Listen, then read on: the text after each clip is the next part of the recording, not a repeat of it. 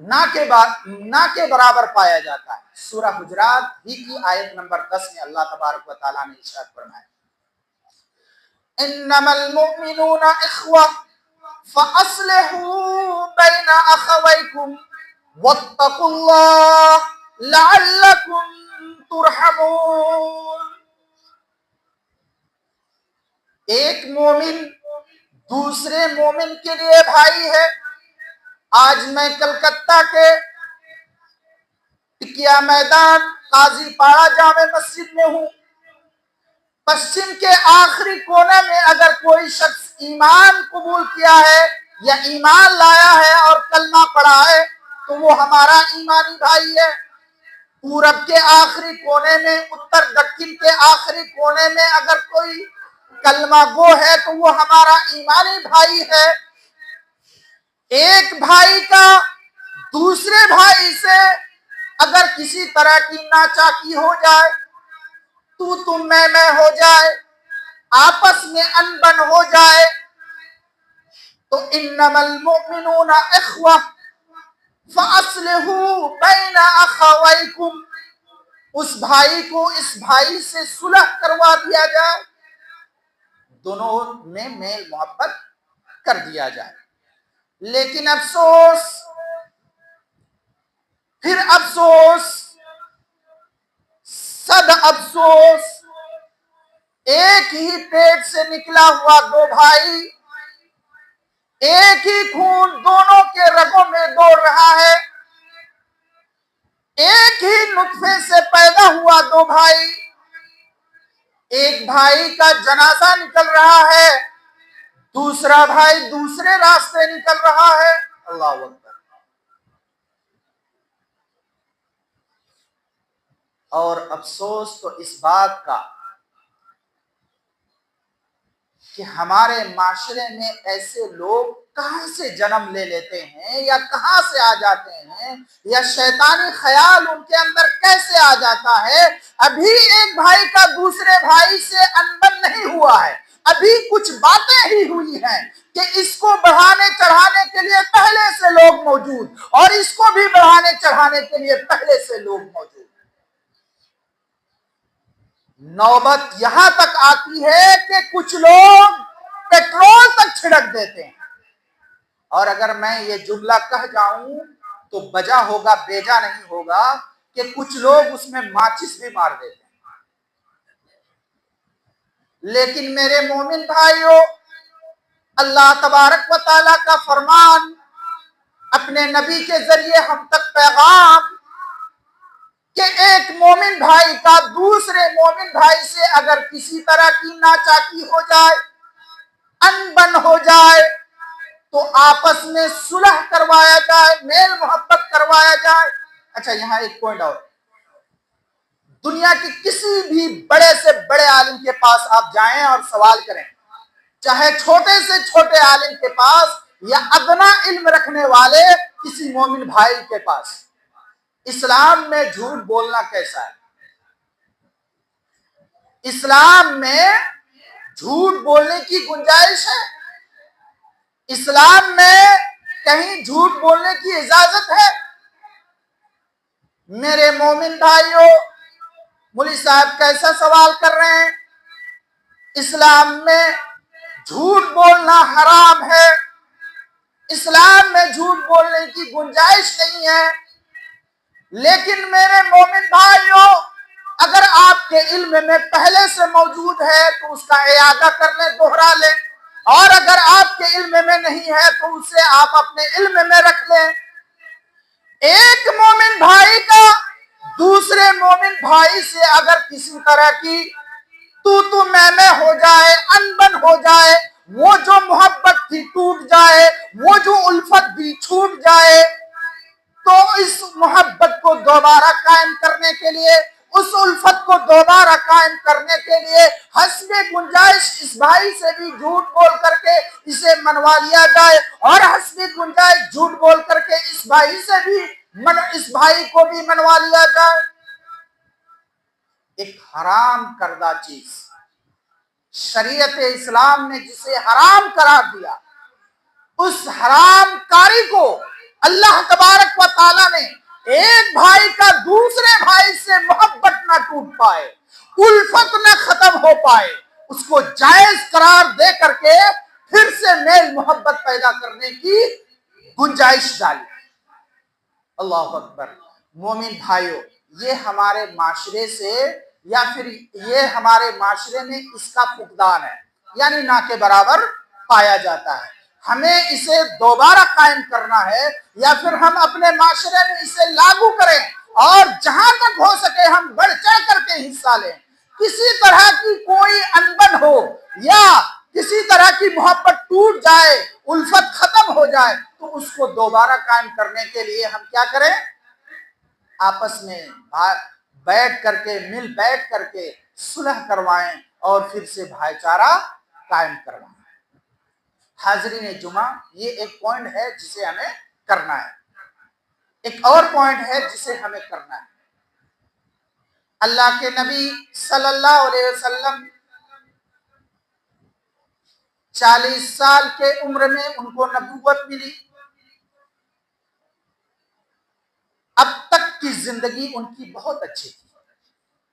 نبوت ملنے سے پہلے والی زندگی سب سے بہتر اللہ کے نبی۔ اور جیسے ہی اللہ تبارک و تعالیٰ نے یہ ذمہ داری ان پر عائد کی، آپ نے سن رکھا ہے، پڑھ رکھا ہے، یہاں تک نوبت آئی کہ اب اللہ کے نبی کی جان جائے تب جائے، ہے نا؟ اللہ تبارک و تعالیٰ کی طرف سے حکم آتا ہے کہ آپ اپنے صحابہ کو، آپ خود بھی اور صحابہ اکرام کو مکہ سے لے کر مدینہ چلے جائیں، یعنی ہجرت کریں۔ مکہ چھوڑ کر کے مدینہ چلے گئے۔ مدینہ جانے کے بعد ظاہر سی بات ہے صحابہ اکرام، کل کائنات ان کی یہیں رہ گئی، بچے یہیں رہ گئے، بیویاں یہیں رہ گئی، کھیتی باڑی جتنی بھی سب کچھ، کل سرمایہ یہیں رہ گیا مکہ ہی میں۔ اپنا ایمان اور اپنی جان بچا کر کے مدینہ پہنچے۔ اللہ کے نبی صلی اللہ علیہ وسلم، یوں تو سارے مومن بھائی ہیں، انصاری صحابہ پہلے سے وہاں موجود تھے، تو ایک رات کوئی ایک بھائی کو مہمان بنائے، دوسری رات کوئی دوسرے بھائی کو مہمان بنائے، اس طرح سے یعنی ان کا گزر بسر ہو رہا تھا۔ خاص اس میں سے جو میرا پوائنٹ ہے، حضرت سعد بن ربیع رضی اللہ تعالی عنہ اور عبد الرحمن بن عوف رضی اللہ تعالی عنہ، مکی صحابی عبد الرحمن بن عوف رضی اللہ تعالی عنہ جو ہجرت کر کے مدینہ گئے، اور انصاری صحابی جو مدینہ میں رہنے والے سعد بن ربیع رضی اللہ تعالی عنہ، ان دونوں کو خصوصی طور پر کیا کرایا گیا؟ بھائی چارہ قائم کروایا کہ یہ دونوں آپس میں بھائی بھائی، یہ تو سارے مسلمان بھائی بھائی، ایمان کی حیثیت سے سب بھائی ہیں، لیکن خاص ان دونوں کو کروایا گیا۔ بہر صورت، جیسے ہی اللہ کے نبی صلی اللہ علیہ وسلم نے سعد بن ربیع رضی اللہ تعالی عنہ اور عبد الرحمن بن عوف رضی اللہ تعالی عنہ کو آپس میں بھائی چارہ قائم کروایا، حضرت سعد بن ربیع رضی اللہ تعالی عنہ نے عبد الرحمن بن عوف رضی اللہ تعالی عنہ کو کہا، اے میرے مہاجر ایمان بھائی سنو، یہ میری 4 بیویاں ہیں، 4 بیویوں میں سے جسے تو کہے 2 کو میں طلاق دیتا ہوں، 2 تو رکھ لے، 2 میں رکھ لیتا ہوں۔ اے میرے مہاجر ایمانی بھائی، یہ میرے کھجور کے باغ ہیں، ان کھجور کے باغوں میں سے جدھر تو کہے آدھا رکھ لے، آدھا میں رکھ لیتا ہوں۔ اللہ اکبر۔ پوائنٹ یہ ہے کہ سعد بن ربیع رضی اللہ تعالی عنہ نے یہ نہیں کہا کہ 4 بیویوں میں سے 2 خوبصورت بیوی میں رکھ لیتا ہوں، اس سے جو کم ہے وہ تم رکھ لو، اور جدھر زیادہ فصل اگتے ہیں ادھر میں رکھ لوں، اور جدھر کم اگتے ہیں ادھر تم رکھ لو، بلکہ یہ کہا کہ جسے تو کہے، جدھر تو کہے، میں آدھا دینے کے لیے تیار ہوں۔ حضرت عبد الرحمن بن عوف رضی اللہ تعالیٰ عنہ نے بھی جواب دیا، بارک اللہ فی ازواجک و نخلاتک اے میرے ساتھ بن ربی مومن بھائی انصاری بھائی سنو، اللہ تمہیں تمہاری بیویوں میں برکت عطا فرمائے، اللہ تمہیں تمہارے کھجور کے باغوں میں برکت عطا فرمائے۔ حاضرین جمعہ، مورخین نے 4 بیوی کی جگہ 2 بیوی بھی لکھا ہے۔ بہر صورت اس واقعے سے، اس حدیث سے آپ تک جو مجھے پیغام پہنچانا ہے، وہ گھر، وہی گھر جس میں ہم 4 بھائی بہترین زندگی گزارتے تھے۔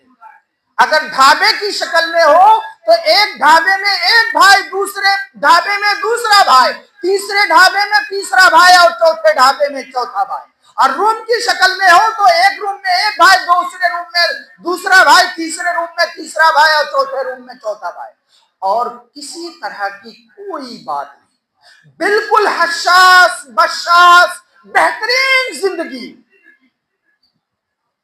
نہ کبھی لڑائی، نہ کبھی جھگڑے، نہ کسی طرح کے فتنے، نہ فساد، کچھ نہیں۔ اور جیسے ہی ہم نے الگ کیا، بھائی میں 12x12 کا، ایک مثال، 12x12 کا روم بناؤں گا۔ چھوٹا بھائی یا بڑا بھائی بولے نہیں بھائی 10x12 کا روم بنا لے، ایڈجسٹ کر لے۔ نہیں، میں 12x12 ہی کا روم بناؤں گا، یا اس سے زیادہ ہی کا بناؤں گا، کم کا نہیں بناؤں گا۔ میں گھر بنا رہا ہوں ایک دن کے لیے تھوڑو، یہ ہمیشہ کے لیے میں گھر بنا رہا ہوں۔ اللہ اکبر۔ ایسے جملے ہماری زبان سے نکل جاتے ہیں۔ دنیا میں کوئی بھی گھر کسی کا ہمیشہ کے لیے نہیں، یہ آخرت پر ٹاپک ہے، یہ اس پر میں زیادہ نہیں جا رہا۔ بہر صورت ہم ایسے جملے بھی ادا کر دیتے ہیں، چاہے غصے میں، چاہے انا کی شکل میں، جو بھی ہو، دنیا کا کوئی بھی گھر کسی کا ہمیشہ کا نہیں ہے۔ میں 12x12 ہی کا بناؤں گا، بھائی 10x12 کا بنا لے، ایڈجسٹ کر لے۔ نہیں، یہ لڑائی چلتی ہے محض 1 فٹ 2 فٹ کے لیے، اور جیسے میں نے بتایا ایک بھائی کا جنازہ نکل رہا ہے اور دوسرا بھائی دوسرے راستے نکل رہا ہے۔ حاضرین جمعہ، یہ ہمارے معاشرے کا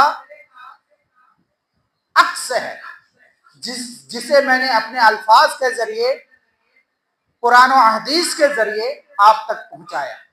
حاضرین جمعہ، ایک چھوٹی سی بات،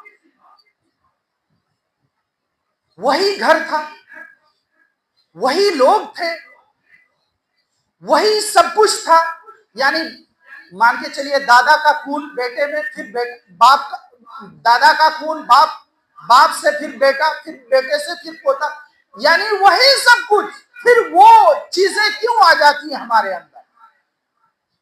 اس حدیث سے یہ مسئلہ نکلتا ہے کہ اگر ہمیں کبھی کسی وقت ضرورت پڑے قربانی دینے کی، ضرورت آئے قربانی دینے کی، بڑے بڑے بکرے اور بہت ساری قربانیاں ہم پیش کرتے ہیں، لیکن 1 فٹ 2 فٹ کے لیے ہم وہاں اپنے بھائی چارہ کو مار دیتے ہیں اور اس کا جنازہ نکال دیتے ہیں۔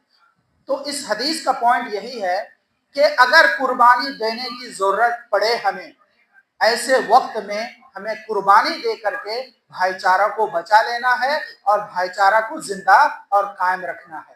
حاضرین جمعہ، وقت مختصر ہو چکا ہے۔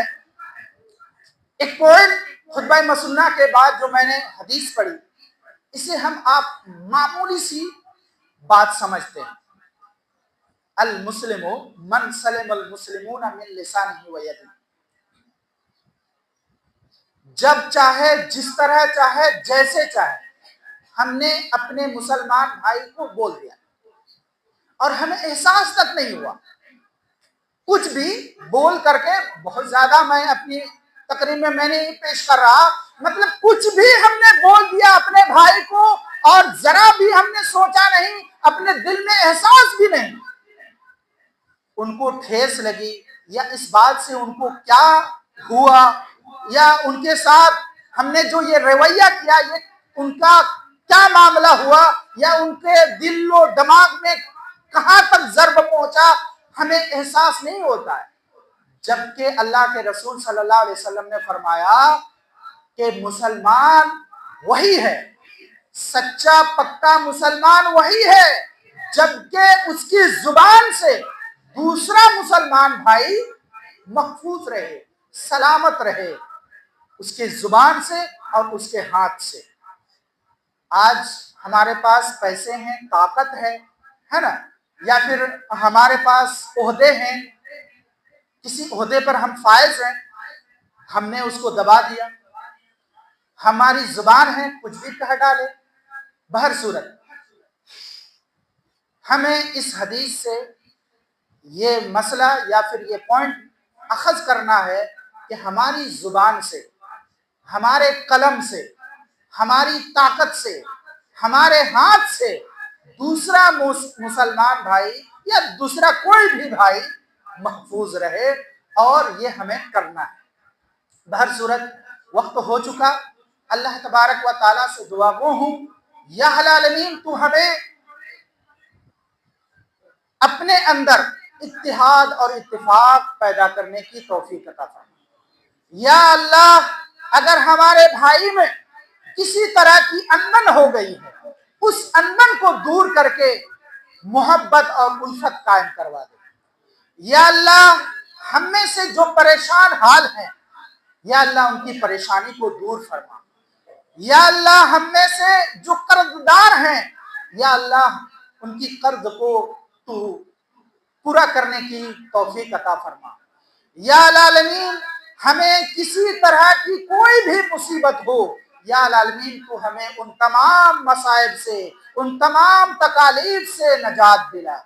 یا العالمین ہم میں سے بہت سارے بیمار ہیں مولا، یا العالمین ہم میں سے بہت سارے بیمار ہیں مولا، ان کی بیماری کا شفا تیرے ہی ہاتھ میں ہے، چونکہ تو ہی تمام حاکموں کا حاکم ہے، تمام ڈاکٹروں کا ڈاکٹر ہے۔ یا اللہ تو انہیں شفائے کلی عاجلی نصیب فرما۔ یا العالمین ہم میں سے بہت ساری بہنیں کنواری بیٹھی ہوئی ہیں، یا اللہ انہیں کسی طرح کا رشتہ یا ازدواجی تعلقات نہیں بن پا رہے، یا العالمین تو ازدواجی تعلقات بنانے میں آسانی عطا فرما۔ آمین۔ بارک اللہ لنا ولکم فی القرآن العظیم ونفعنا وإیاکم بالآیات والذکر الحکیم، انہ تعالی جواد کریم ملک رؤوف رحیم۔ آمین۔